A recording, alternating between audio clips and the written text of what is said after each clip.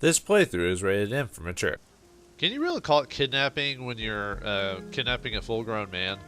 Greetings and salutations, viewers. While we're back here with another episode of Shadowrun Hong Kong. In the last episode, we found out that a guy who had suffered a major injury somehow was still up and ready to go because some vampire lady was basically feeding her blood to him for favors, and the favors were just like, "Hey, I don't want to live in squalor anymore, and can you just take care of me?" And the guy went over and beyond. So we, instead of destroying this vampire, we decided to take advantage of our vampirism and try to teach her to become the best vampire she is with the help of Gaichu, our local zombie, or ghoul. But until then, we'll keep doing missions. But anyway, let's get the reward for it by talking to the doctor here.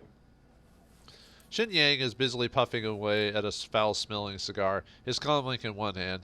His eyes flash with anticipatory glee as he sees you. Dr. Shin Yang greets you in the name of all producers. How the Shindig go? Did you know Neville had a vampire ally? As you explain the night's events from start to finish, as you speak, Shin Yang's face grows ever more incredulous until finally his mouth is left hanging halfway open. He slowly places the cigar in a nearby ashtray and shakes his head in disbelief. Vampires in the triad industry? A vampire queen, no less. What a nightmare. At least you got me Wong, and poor Neville's show is dead. That's something. All right, kid, I'll send you payment until your metrics drop. You earned it. Damn right I did.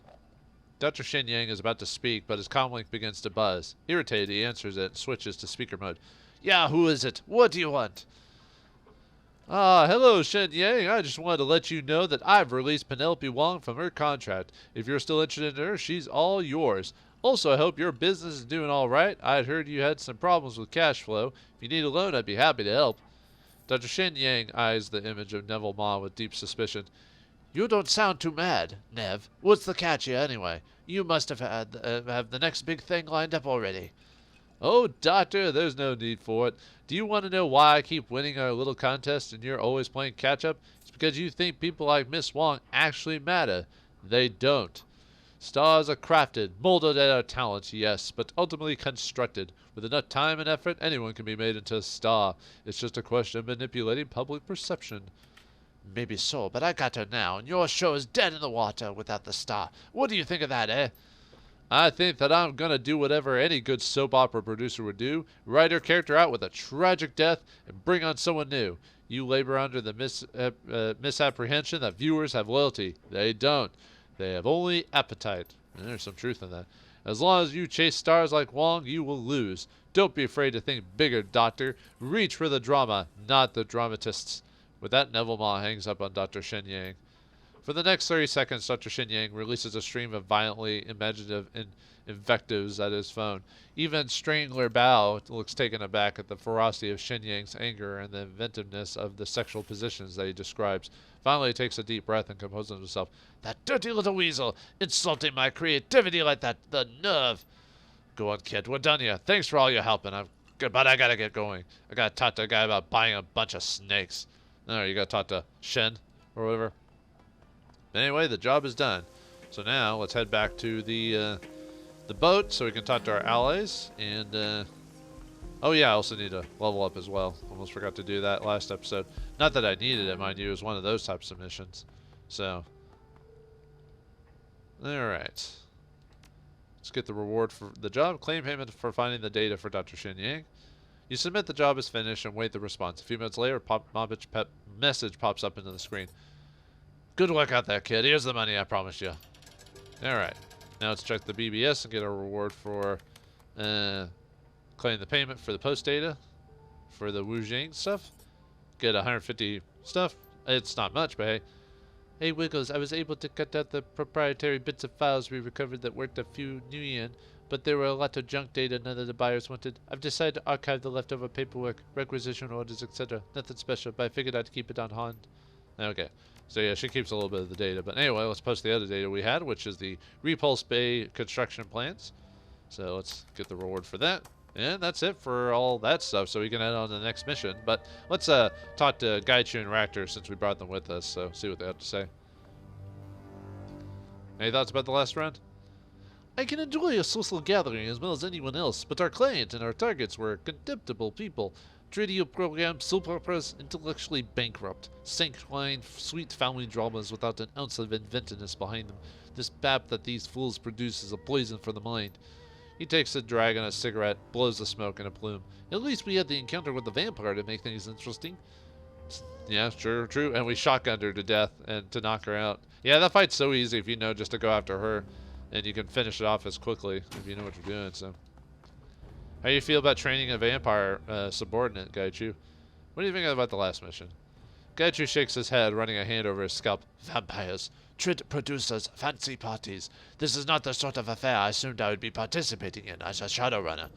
It seems strange, this rivalry between Shenyang and Ma. Most professional rivals don't hire augmented killers or freelance mages to solve their problems. Yet Shenyang was insistent that only outside help could solve this problem. His problem. Why not simply kill Ma? Social mores in the city elude me, I confess. Gaichu chuckles quietly, baring his teeth as he leans back. Ku Feng, what an incredible waste of space. I should hope that she takes my lessons in philosophy to heart. The life of a vampire is more perilous than my own as her appetite is greater. Who knows, perhaps we will not have seen the last of her. Well, I guess not. Let's see. We shall see. But anyway, let's talk to Isabel, and we'll be done with this and on to the next mission. Yeah, it's kind of weird. I did kind of like the more longer and harder missions first, and by the end of the game, I'm doing the easier ones. That's just how it is, baby. Alright, anyway. Isabel? Alright. Any thoughts? I have to admit, I had not have fun in Repos Bay than I thought I would. Parties aren't really my thing, and I'd rather be slicing icy than cake. But how many people can say they went out on a run to blackmail a rich guy and ended up fighting his vampire mistress? Nobody in Shadowlands would believe me if I had told them the story, not even little. I don't get why Shenyang hired Shadowrunners, though. There are a dozen better ways to blackmail Ma. Get a Decker to plant evidence of embezzling, hire the triads to crash his set and intimidate his crew, burn down a soundstage or two. The way I figured it, he wanted to hire us because he's friends with Ma. It's a messed up friendship, but it's there. I can't say I understand why you'd want to teach a vampire to be a better killer, but okay, I mean, I understand the whole friends and little princess angle, but we're talking about a vampire. They're dangerous. They kill people for food. I hope it doesn't come back to bite us in the ass. Yeah, maybe. Maybe it won't. If she does bite us in the ass, maybe it'll be something we're into. Who knows? Don't judge me. But anyway, let's head on to the next mission. Oh yeah, and obviously, level up, which will be the final level in the game, so no more extra levels, so this is it. So anything we level up will be, you know, us and with karma and everything like that. So let's get over here, just to get us in a good position. Oh yeah, let's level ourselves up a little bit. So let's see. To make things a little bit easier, I want to buy, let's see. I want to buy biotech up to 3 here. In which, you know, if I need to use a med kit, if I'm out of the heal spell or need extra healing, you know, that'll work. Alright, let's see. Probably should maybe upgrade my body just a little bit more, maybe.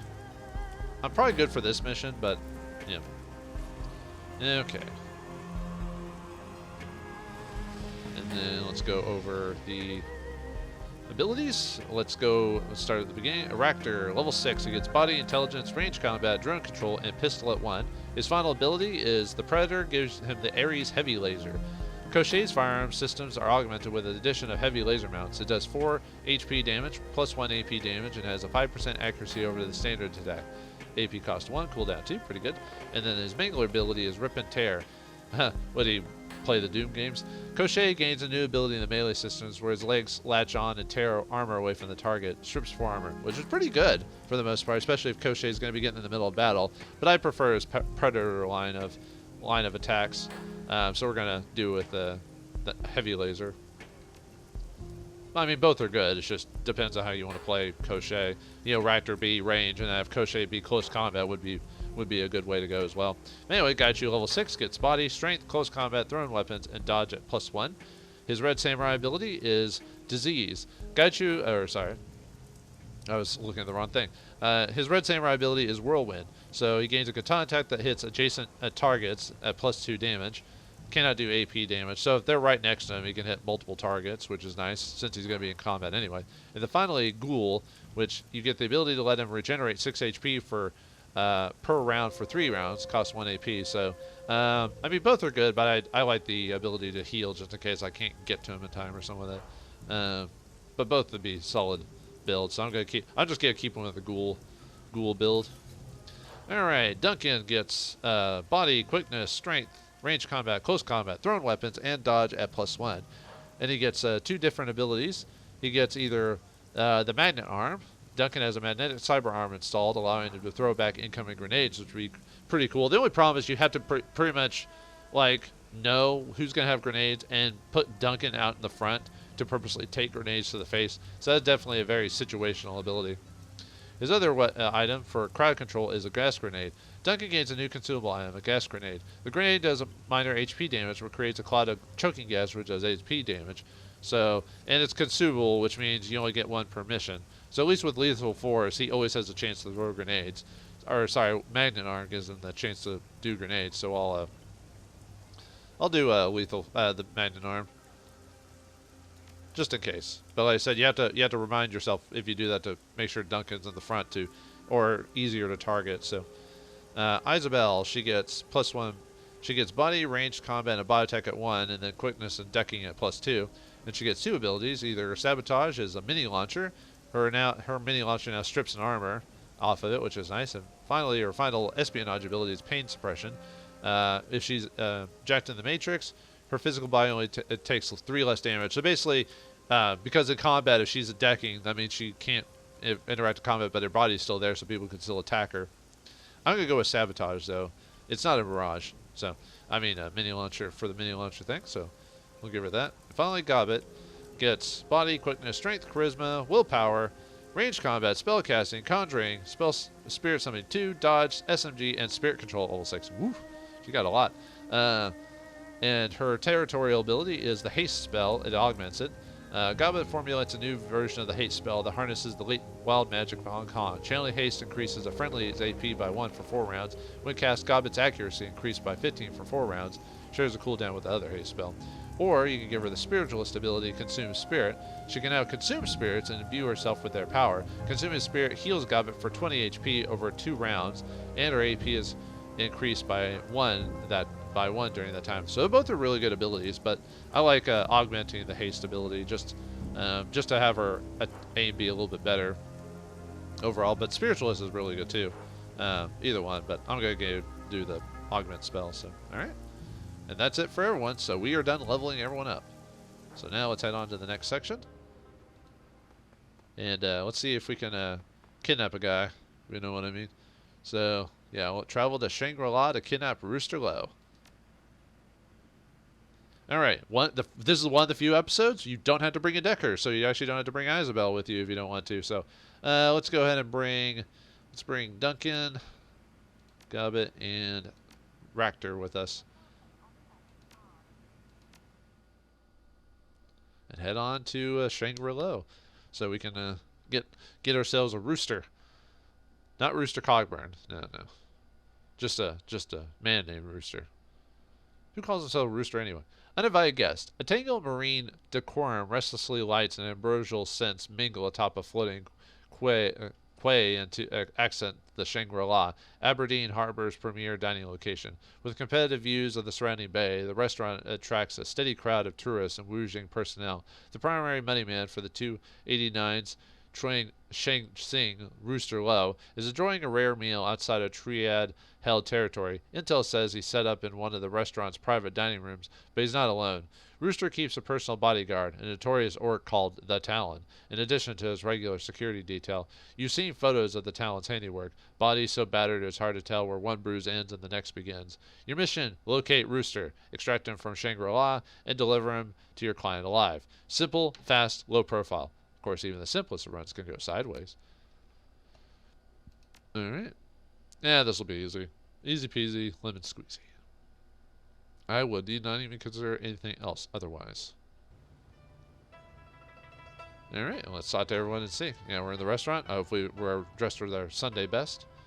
Stepping into the interior hallway of the Shangri-La, you're confronted by a massive wall troll, the restaurant's front door security. He speaks with surprising elucidation. Elution. Yeah, man, what's wrong with me? Elocution. Yeah, there you go. Welcome to Shangri-La. We strive to provide our patrons with an exquisite dining experience. If you have a question or require special accommodations, don't hesitate to speak with our staff.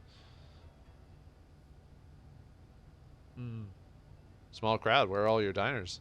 Most of our weekday business is confined to the private rooms upstairs, corporate affairs and such.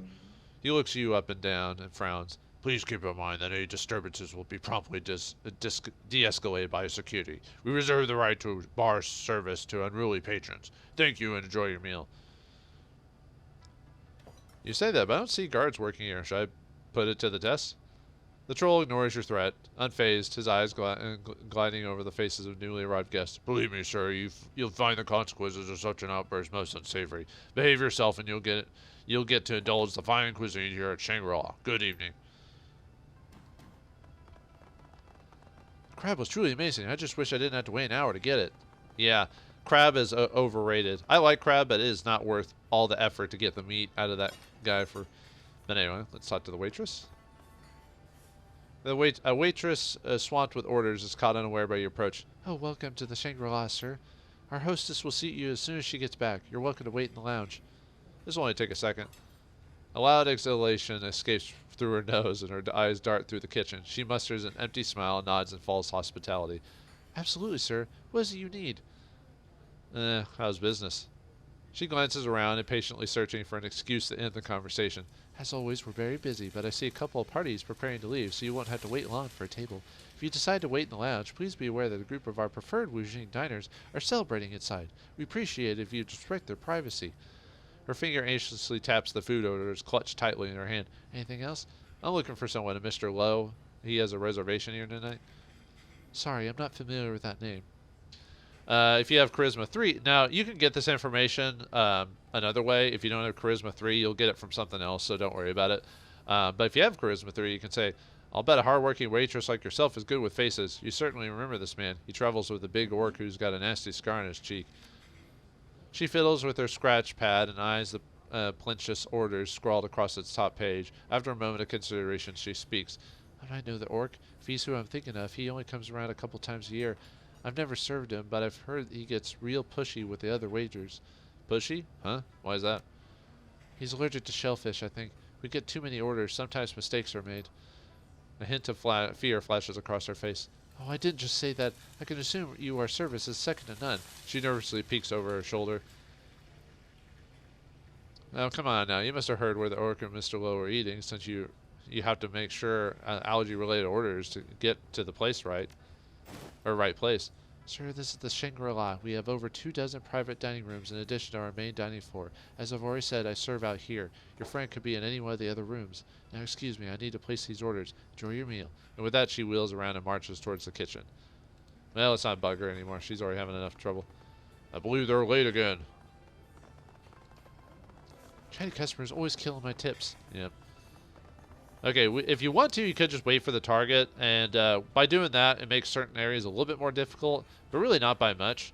But if you just want to skip the rigmarole of because we got a few objectives we could do. We could poison the Talon's food to make him a little bit easier. Weirdly enough, you could make him a bit easier in another fight, but you could also take him out sooner if you want to just take him out completely. So that's a... But anyway, if we check this order computer here, this is another way to...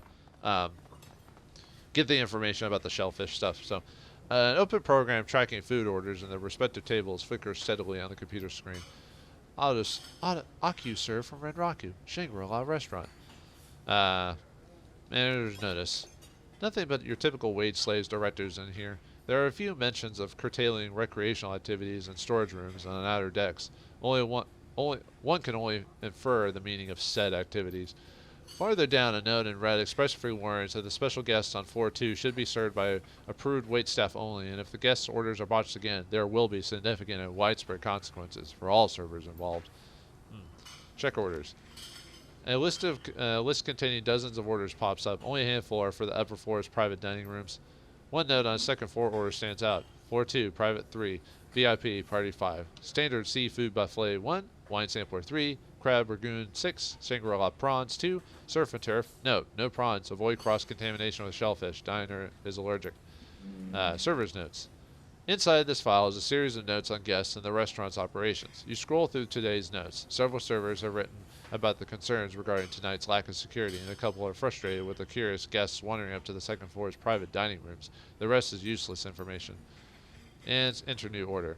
A menu pops up with the options to view or place orders. Following the menu is a dining room chart that's been broken down into server zones. A large comp button in the upper right-hand corner has a lock icon over it. Seems people are being too liberal with the free drinks. Unfortunately, it looks like you need a server's code to place an order. So, mess with that later then.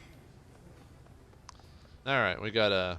So there's another thing you can do to go upstairs. If you just want to go upstairs and not wait for the target, you can actually cause a little bit of a riot by going inside. A heady aroma, spices, and sweat bombard your senses. As the cook moves through the kitchen, scents churn in their wake. Some sharp, some sharp, some sweet, and some altogether unfamiliar, but all delicious. The chef barks an order to his assistant, searing fish, then whirls around, muttering fervently to himself. He stops short once he knows she's standing in his kitchen. I told them I need an extra server, not a hobo. Sure. He gestures towards the door and returns to tasting an array of sauces. Can we talk to the man? The chef peers at you over a mountain of oysters. No guests in the kitchen! Out! If you have etiquette socialite, you can say, aren't you Yan Ling So? Word of your magnificent cuisine has spread even as far as Seattle. It's an honor to meet you in person. Sorry to intrude. I need to speak with the head chef. But since we don't have it, so. He grabs a towel from a nearby rack and wipes his hands, grumbling to himself. I'm head chef. A little time to cook my food and even less for conversation. Let's lie to him. It'd be in your best interest to answer my question. How do I best put this? I am a very influential person. The chef freezes at the implication at your words. Eyes scan your face, searching for any tell that might suggest you're bluffing. Just make it quick. You got 60 seconds before I have to pull these prawns out of the boiler.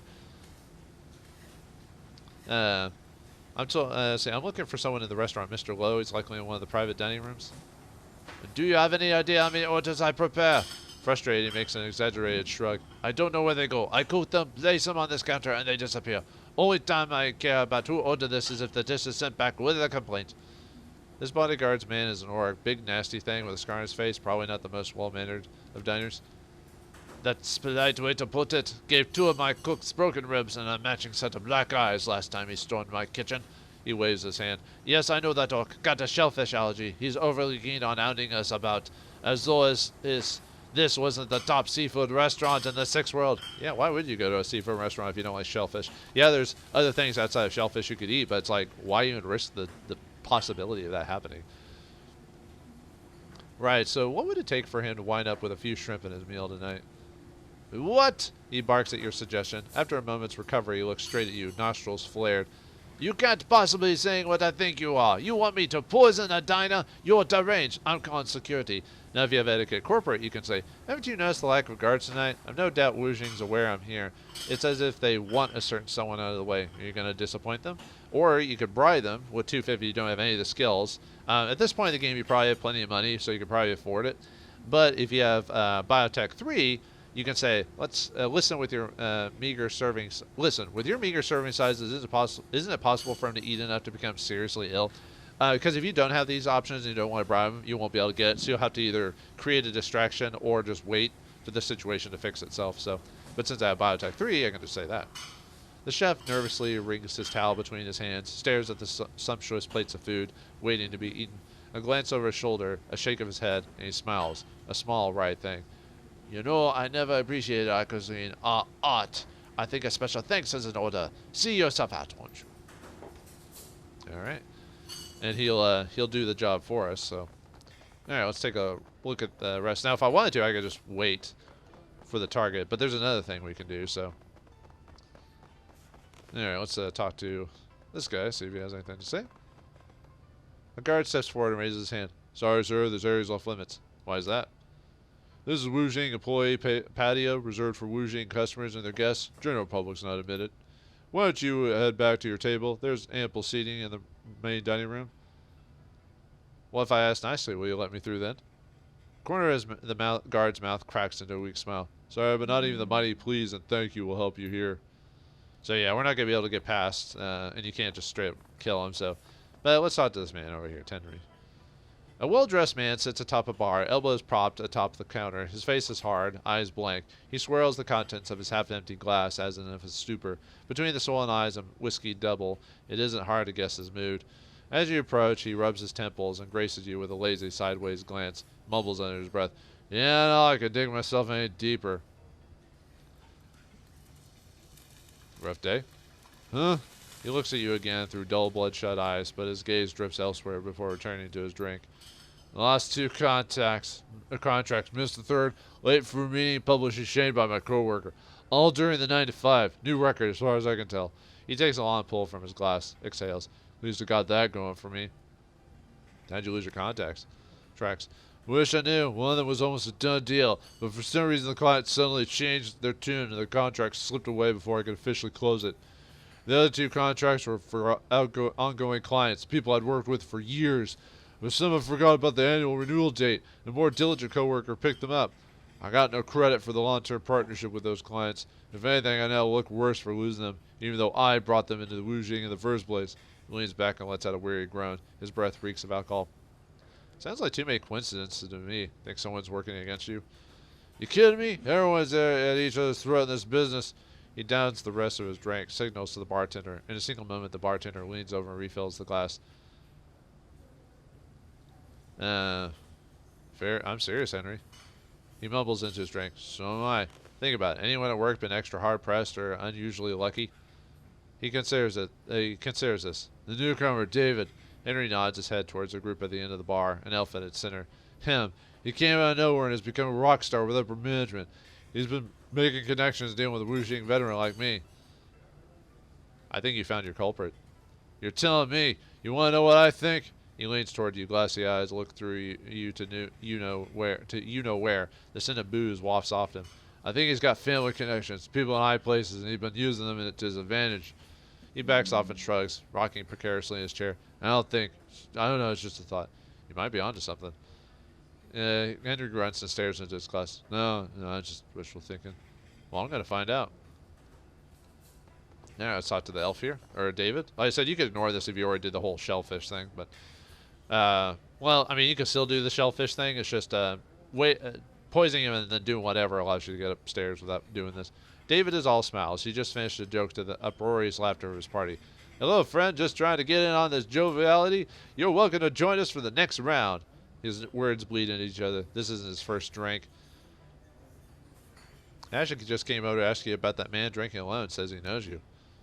Who, Henry? Yeah, I know him. We work in the same office. Looks like he's having a bad day. A bad day? Why do you think that is?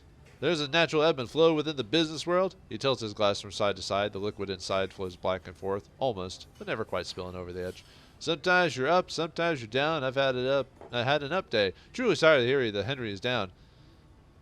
Sounds like corporate rhetoric to me. David's smug expression drops. Excuse me, what are you implying?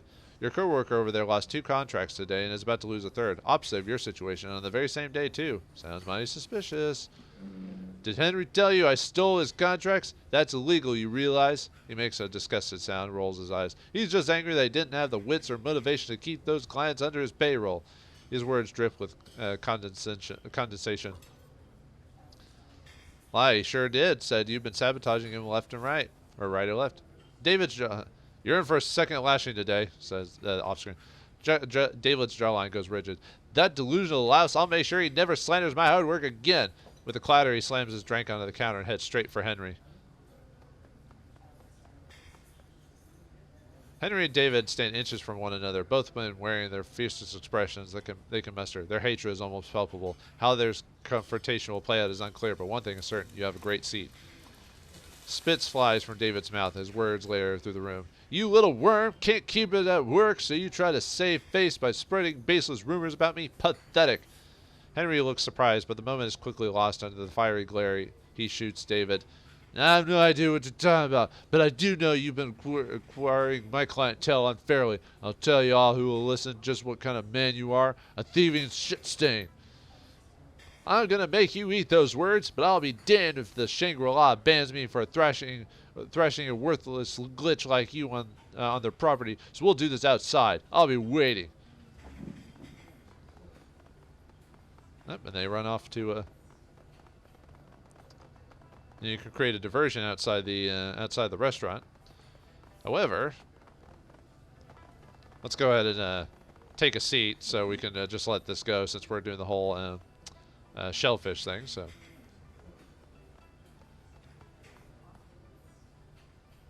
Alright, the gnarled bar stool offers little in the way of comfort. A quick look around reveals the disparity between the restaurant proper and the bar, the latter of which appears neglected in comparison to the pristine dining room. Old dry drink rings dapple the counter's uneven surface, and angry scratches run down its length. But you've got time to kill before Rooster arrives, and this is as good as a spot any to wait. Alright, grab a drink and wait. The minutes tick away as you mull over a cold one. Rooster should be here any time now.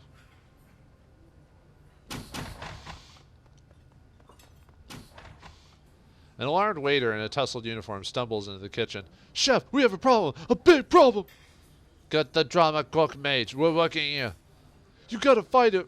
We got a fight out front in a sick diner, and you're still in here glazing dumplings. Our second floor guest is pissed. His head of security is spewing at prawns and looking for someone to blame. Better brace yourself for a mouthful of fist. Alright.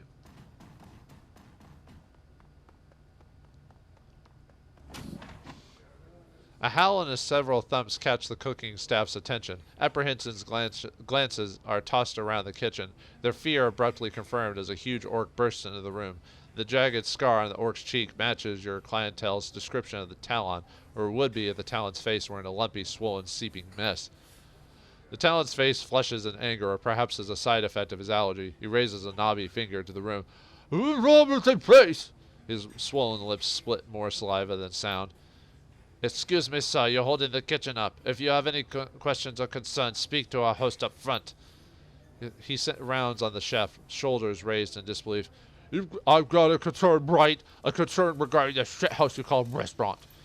His voice booms. This is the third time you saw this and fucked up my order. If I'm regularly forced to choke down your garbage, I expect at least some substitutions to be followed. No shellfish. Get it right, or next time someone's going to end up a whole lot worse than maimed. Duncan turns to you, eyebrows raised. You call me short-fused. Maybe now you'll think twice before ragging on me when things heat up. Oh no, I'll never stop ragging on you, Duncan. Hey, if Talon's down here, that means he's left the upstairs room unguarded. You're right, let's go while he's still distracted. Alright, let's go upstairs. Since we caused multiple distractions. Let's see what's going on up here. Hello?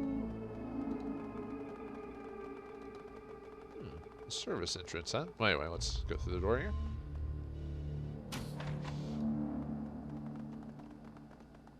Inside the private dining room, you're immediately greeted by the piercing stare of two massive dragon statues. The flickering lights are just bright enough to illuminate their bronze bodies. They effect an eerie illusion of slithering scales. Across the room stands your target, Shang Tsing Rooster Low, hands trembled at his sides. A single anxious guard stands near the door. Something has them on edge. The Talon is missing.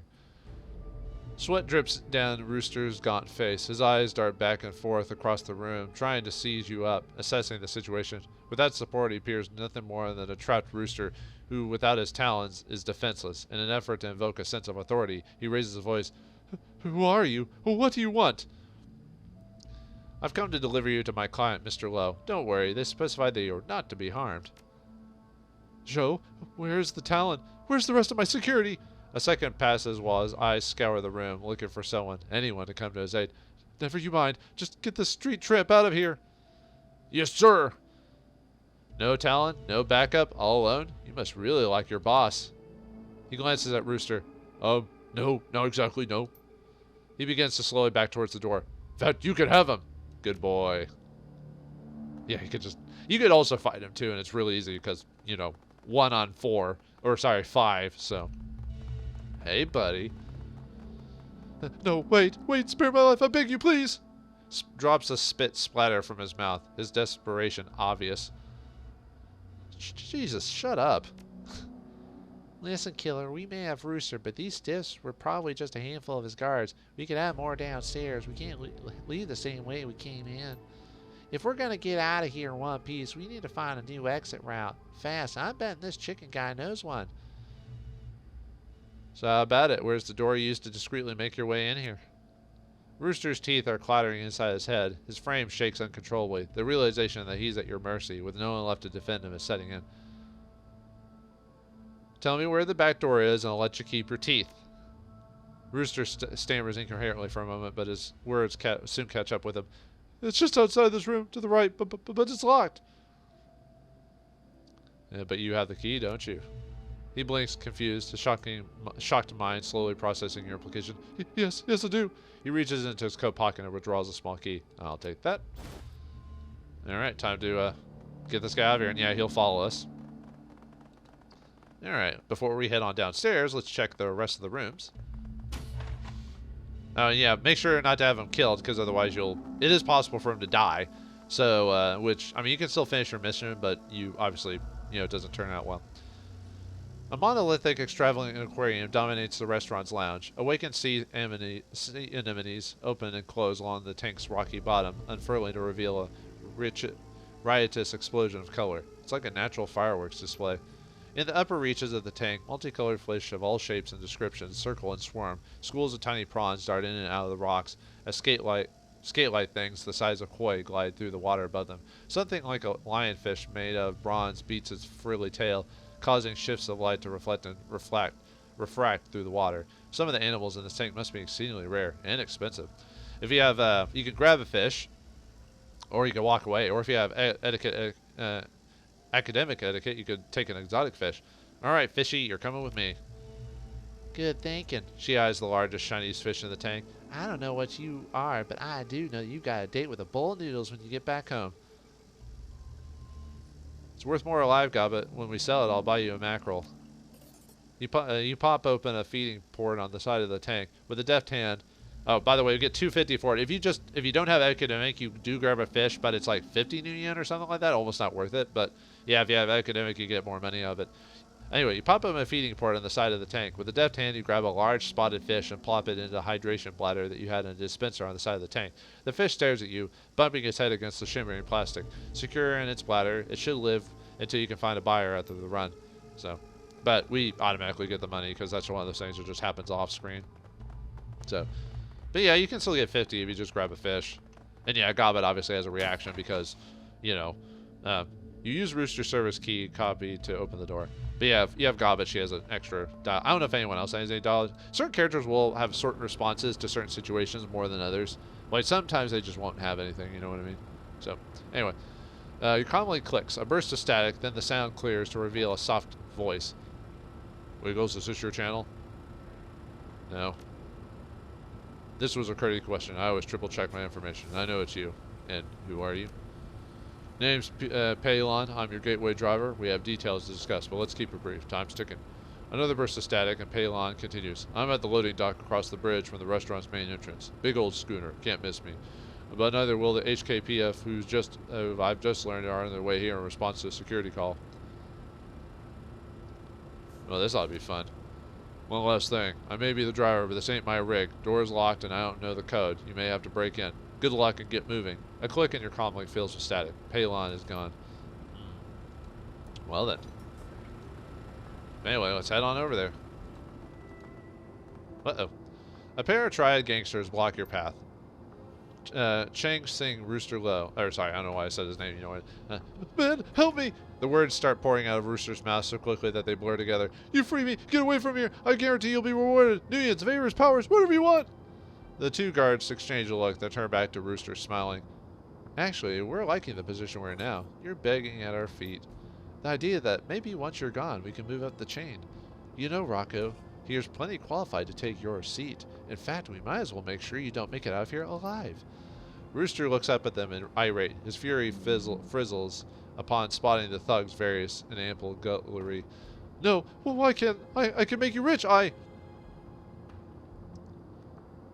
Easy there, let's not make this a scene. We go our way, you go yours. The gangsters look you over. No ink, no suits. You one of the runners?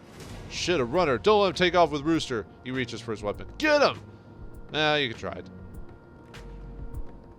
Alright, well anyway, it's only two people though, so it's not a big deal, so. Alright. Let's see. And yeah, we have Rooster here, so make sure he is out of combat. He can punch people and he has a heal. That's pretty much all he's got. So yeah, don't put him in combat because that'd be dumb. So all right, let's activate Crochet. Actually, I guess I could have moved and then activated him, but whatever, not a big deal. All right, let's overclock him, and then let's put Raptor into cover.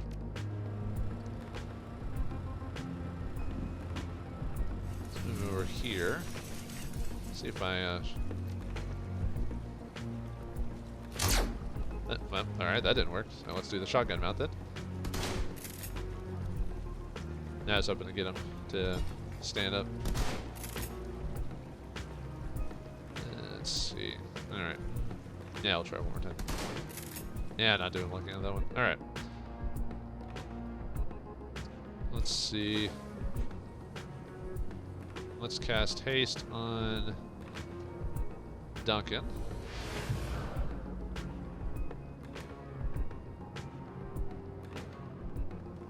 Move you over there.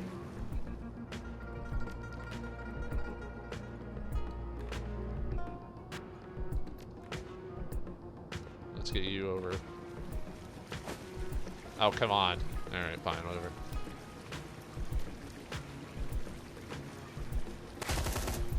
Right in the face.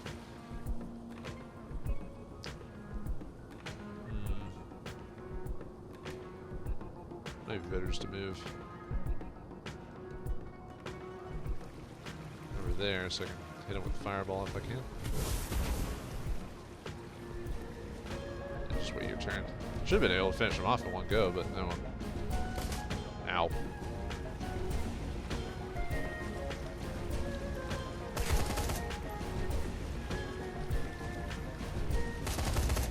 There you go. Yeah, I should have been able to do it in one turn, but oh well, whatever. That's fine. I wanted to be not as awesome as I usually am.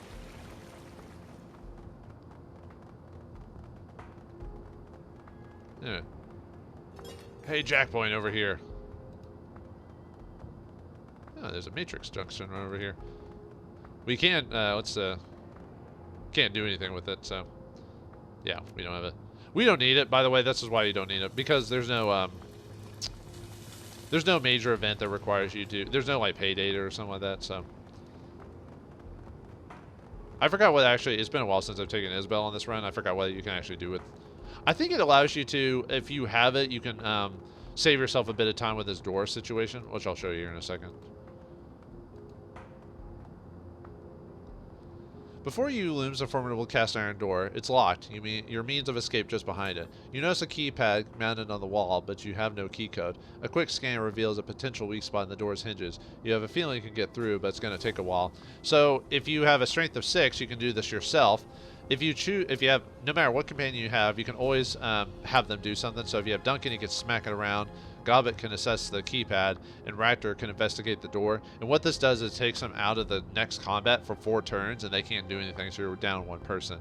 So I probably wouldn't do Raptor just because you lose Crochet if you do that, but they used to have dialogue if you tell them to do that. Or if you have spellcasting, you can also project on the keypad sequence. So it just depends on who you want to have out of combat. So I just did myself for fun. The Talon, even though I do a lot of damage with my fireball, but the Talon bursts out of the Shangri-La, nearly tearing the door from its hinges. Despite the fleshy lumps that have transformed his face into an unreadable swollen mess, his rage is clear. At the sight of the Talon, you see Rooster's body relax. His voice cracks. Talon, I'm over here. I've got weapons trained on me. Can't move. Save me. We'll get out of here. Take this instant straight up to the top. They'll herald our survival. Reward us. Through his leaking eyes, the Talon homes in on Rooster. You little shit, dragging me to the restaurant over and over, making me eat filth, or watch her stuff your goddamn face full of it, and now here you are, turning traitor and blink. Rooster is trembling with fear or anger, or both. He raises a shaky finger and points at the Talon. You can't speak to me that way. You're beneath me. I'm a red pole, and when the triad comes for me, I'll see you flame for those words. Ha! The laugh punches the air. Talon's lips curl into a clumsy smile, eyes gleaming. You won't get shit from the 289s. In fact, if your no allies don't get you, the Triad will. Make sure you don't go squawking to anybody about higher level plans or secrets or whatever. A flea like you won't last a night. Rooster's fake bravado melts away. Eyes wide, he looks desperately around, trapped like a mouse in a snake's coil. Enemies on each side. His voice is small, pleading. Talon, Johnny, please help me. It wasn't all bad, right? We had some good runs, you remember? A panic shakes him. I had no choice, Johnny. I was forced to surrender. If you help me out, get me out of here, I can see that you're rewarded, even promoted. How would you like that? Without hesitation, the Talon takes a step forward and spits on the ground. To hell with you, you spineless blit pusher. I'll bet you didn't even put up a fight. Just rolled over and played the captive, coward. I'm gonna enjoy planting a bullet in your soft, worthless skull. He readies his weapon. Uh-oh. Yeah, and because he's poisoned, Talon will be lose HP every turn, 2 HP every time. So, not that he's that hard if you don't poison him. It's just, and like I said, you could kill him before this whole confrontation in the first place. But anyway, so luckily whoever is behind this has some cover. So whoever like for in this case it's me, and for Low we want to have him, or Rooster, we want to make sure to put him basically away from, like out of. Well, one, you want to put him in full cover, but two, you want him to eventually, like, just get away, like, back so he won't be targeted. So, for now, we'll leave him, because I don't have enough move. I want him to be in full cover. Alright, Raptor. Let's move you into cover. Summon Kosei. And then overclock him.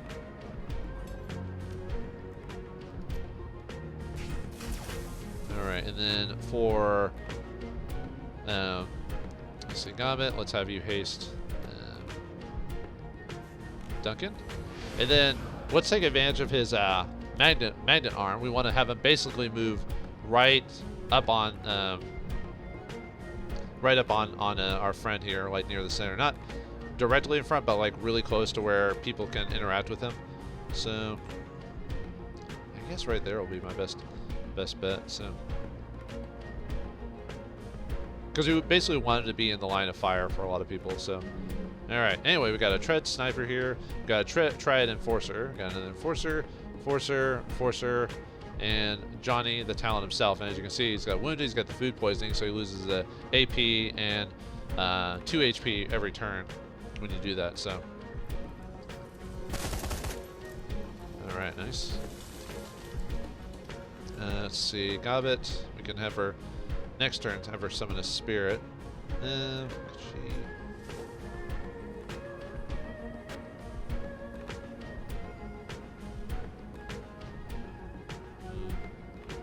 Yeah, let's move over here for now. All right, Kosei.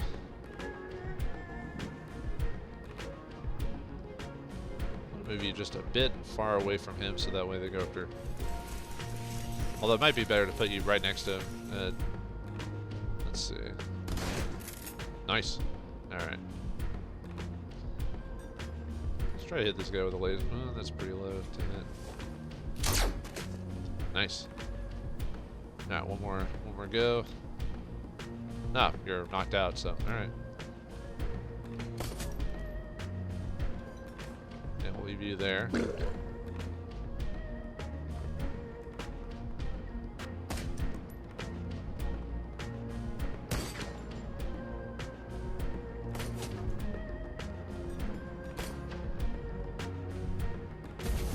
Well, they didn't do the. So sometimes you can get them to throw grenades at you, but that didn't really work out. Oh well.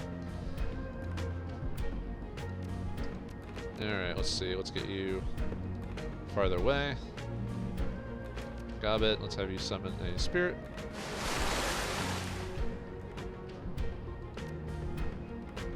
And you're out of sight, so I can't heal you.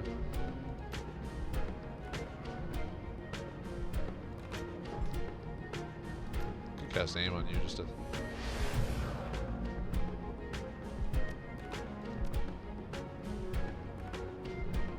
Let's see. Let's see, you got strip armor, heal. I mean, I can heal you, heal Duncan. Let's have you do water bolt on him. Oh, might miss though. Oh, nice hit. I'll take that. Let's have you move over here to...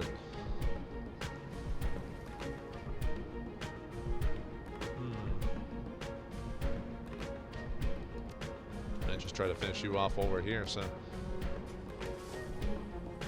Let's have you hit him with accuracy. Now let's hit you with a shotgun in the face. Alright, cool.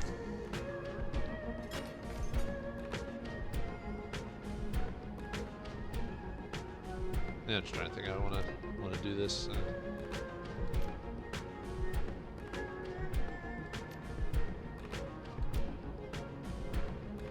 Yeah, my accuracy is too low on this one.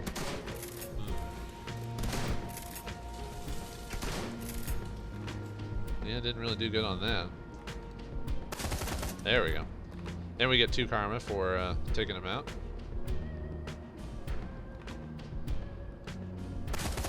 Yeah, might as well finish you off too. Ow.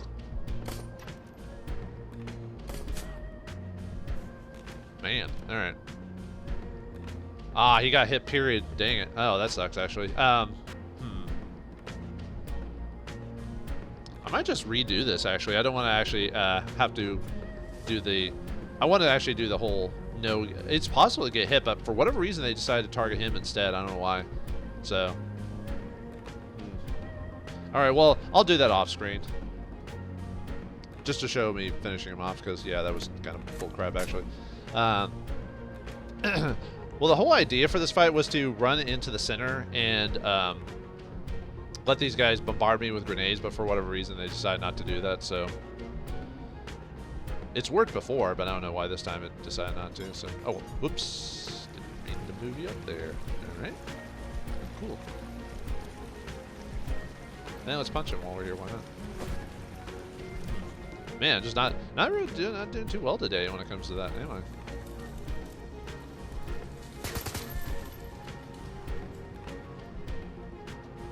All right, let's see. Let's buff you up again.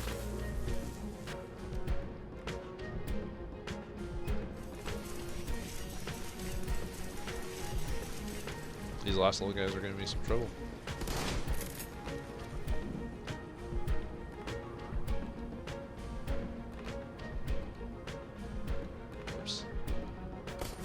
I'm surprised I hit.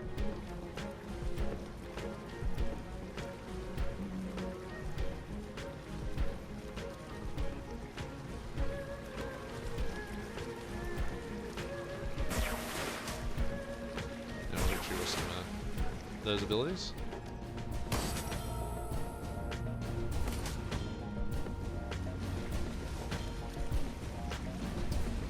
Alright, let's finish him off.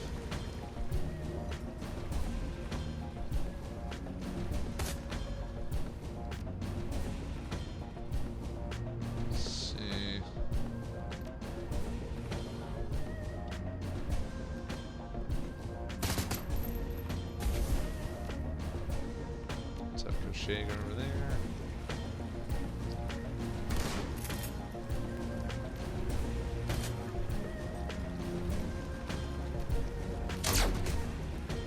Nice. Yeah, I can't believe I got... They just decided to hit him out of all the characters. That's so annoying. I was actually kind of hoping I would finish this off before I got out of combat, or got into combat, so you know the door's open. Oh, did he just die? Oh, you did. And then you just... Basically, you can finish this combat without even killing all the dudes. So we can just leave. So, alright. Give me just a second. I'm going to redo the fight and make sure he doesn't get hit. Like I said, it just... I don't know why they targeted him. He was doing nothing, you know? Like, it's just how it is, unfortunately. So, alright, I'll be right back after I get him... beat this without him getting hit, so...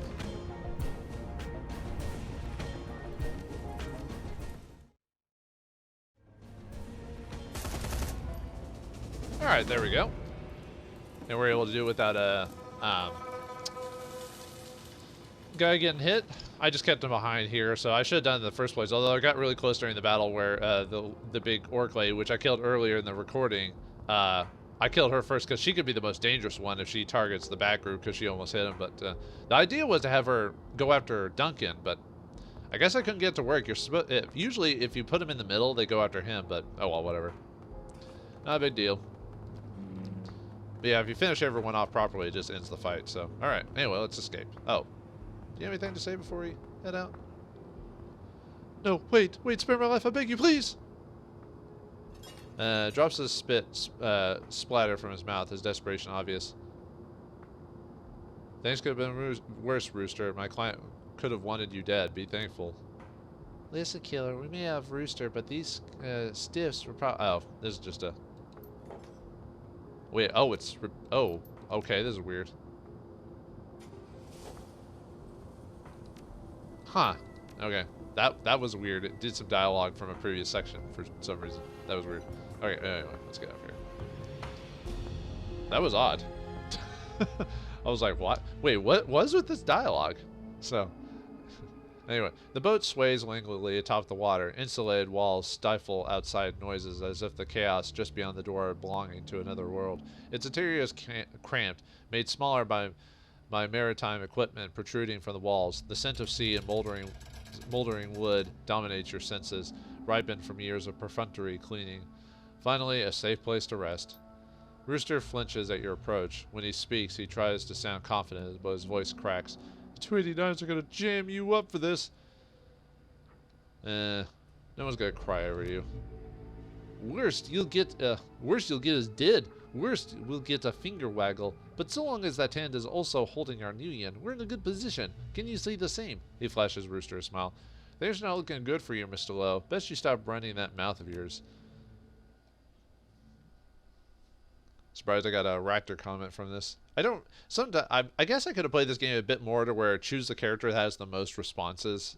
Because some characters get more reactions out of them if you bring specific people. Like Gaichu is one of those things that I didn't figure out that one until multiple different runs later, because you wouldn't think to bring Gaichu to a thing with a vampire, you know what I mean? So, at least at the moment, you know. The boat heaves and pitches over the bay as your driver plows through the choppy waves of the drop-off point, leaving the Shangri-La restaurant far behind. Inside, restlessness fills the cabin. You finished the job. The extraction was a success, and now your client awaits his prize, the triad red pearl rooster. It wasn't easy. It would have been if the damn Talon hadn't mangled your plans with his visceral determination. But even a streets-forged orc like the Talon could be stricken down. With the Talon dead, your escape from the restaurant to the gateway boat was made smoother. Well as smooth as wading through a small army of triads and skirting the HKPF dragnet could be. Luckily, Rooster got through the pursuit unharmed, and with the Talon now permanently out of commission, you might earn a few extra million from your client. All in all, a good run. Yeah.